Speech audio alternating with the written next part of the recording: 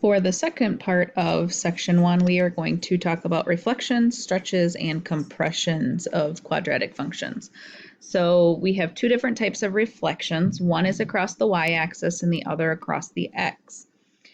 When a quadratic function is flipped across the y-axis, it is just the same parabola because it just moves onto the other side of itself. So what you're really doing is making that x negative inside of parentheses, and then you have to square that. So if you think about it, -1 squared is going to be +1. And you started off with 1 squared. So if you do 1 squared, you get 1. So you're going to get the same answer. Now a reflection across the x-axis is making the x squared negative. So the negative sign is outside of the parentheses and x squared is on the inside. So that is going to be a little bit different. So your answer is always going to be a negative answer. So if we made x2, we would have to do 2 squared, which is 4, and then the negative sign is out front, like -1 times 4. So you would get -4. So changes that a little bit there. And those are reflections. And then stretches and compressions here. For a horizontal stretch or compression, you are going to have to multiply that x by 1 over b. And if the absolute value of b is greater than 1, it will stretch away from the y-axis. And if the absolute value of b is between 0 and 1, it's going to compress towards the y-axis. And notice that the 1 over b is inside of the parentheses being multiplied by the x and then getting squared. For a vertical stretch or compression, we are going to take our value and multiply it by x squared. So the absolute value of a is greater than 1, it's going to stretch away from the x-axis. And if the absolute value of a is between 0 and 1, it's going to compress towards the x-axis. So for example 2, it says use the graph f of x equals x squared as a guide and describe the transformation and then graph each function. So looking at a here, we have g of x equals -4x squared. So it is a negative a. So that is a reflection across the x-axis when you make that x squared negative. So that is our first transformation.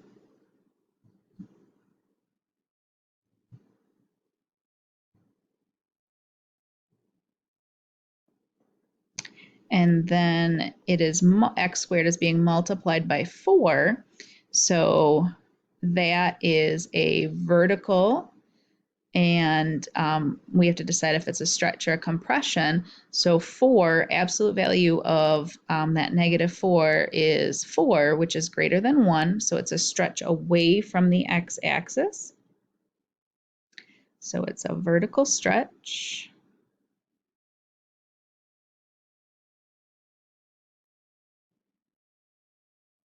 With a factor of 4.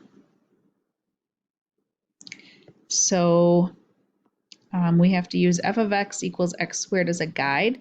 So if we plugged 0 into that, we would get 0 out. If we plugged 1, we would get 1 out. 2 would be 4. So this is that parent function that we always use to compare.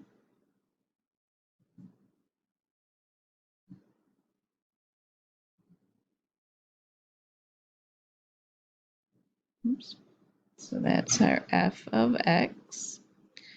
And then for g of x, we're going to reflect it and then stretch it. So I'm going to make a t-table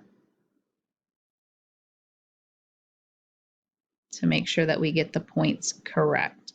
So we've plugged in -2, -1, 0, 1, and 2 here. So I have to do -4 times x squared. So -2 squared would be 4. 4 times -4 would be -16. And then negative 1 squared would be 1 times negative 4 would be negative 4. 0 squared is 0 times negative 4 would be 0. 1 squared would be 1 times negative 4 is negative 4. And then 2 squared is 4 times negative 4 would be negative 16. So our negative 2 and positive 2 x values here are not going to fit on our graph, but the other 3 will, and that is enough to give us our shape here. You can see our U shape.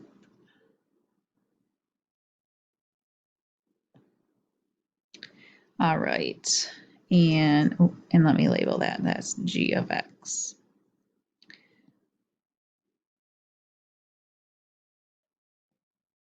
And then over here we have, we're given g of x equals 1/2 x squared. We look back at a chart.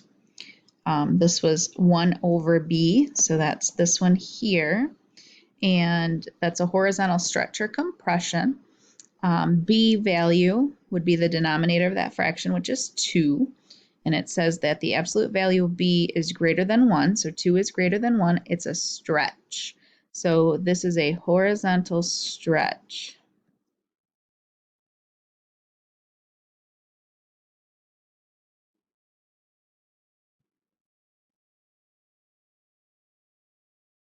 And our factor would be 2.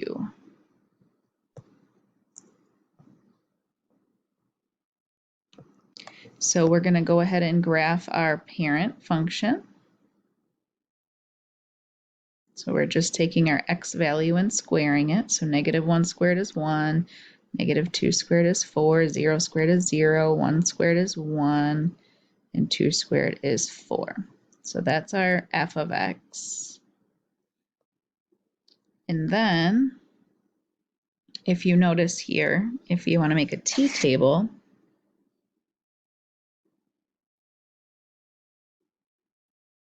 plug in negative 2, negative 1, 0, 1, and 2.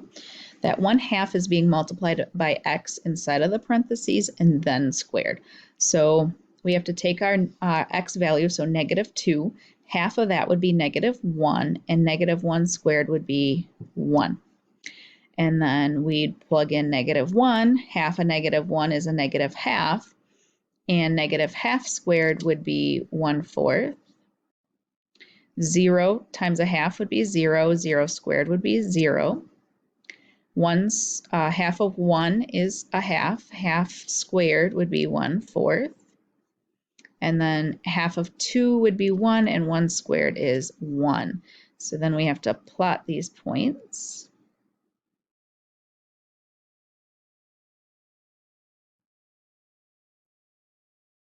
Kind of just estimating that 1/4 there.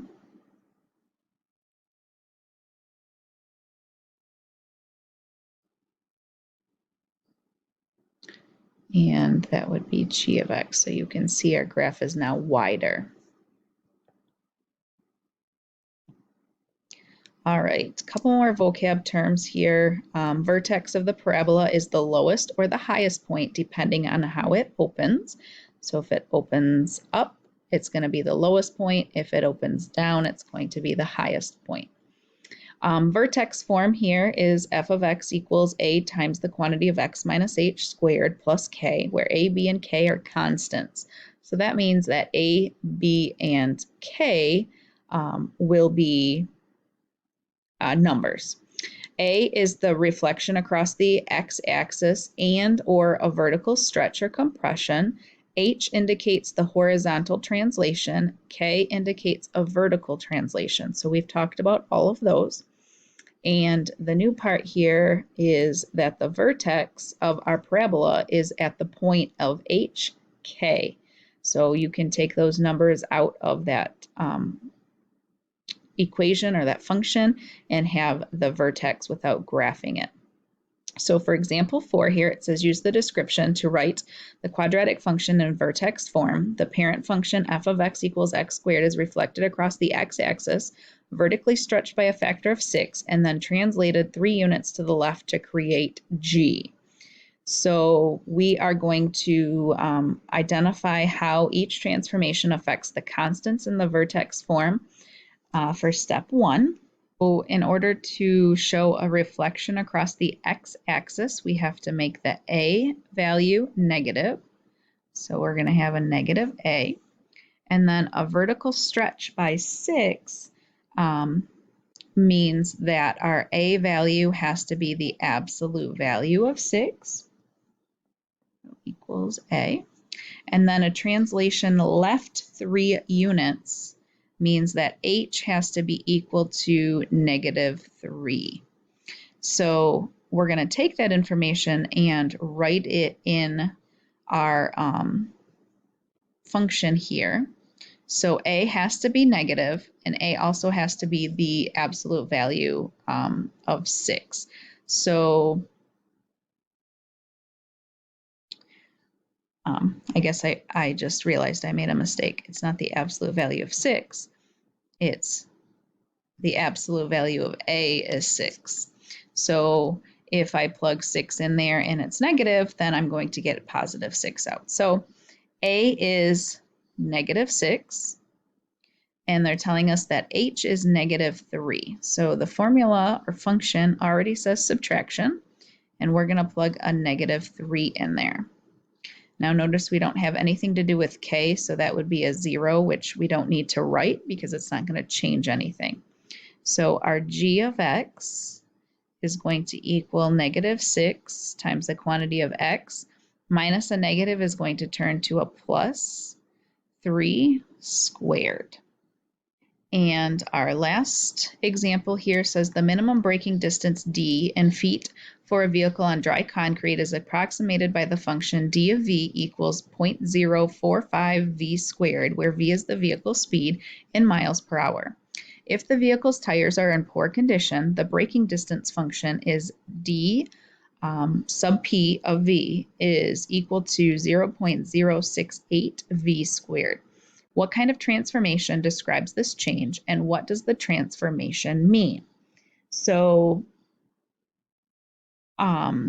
the only thing that's changing there is the value is changing by 1.5 times.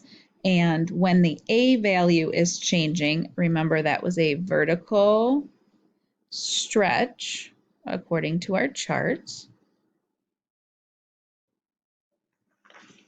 And then what does that mean?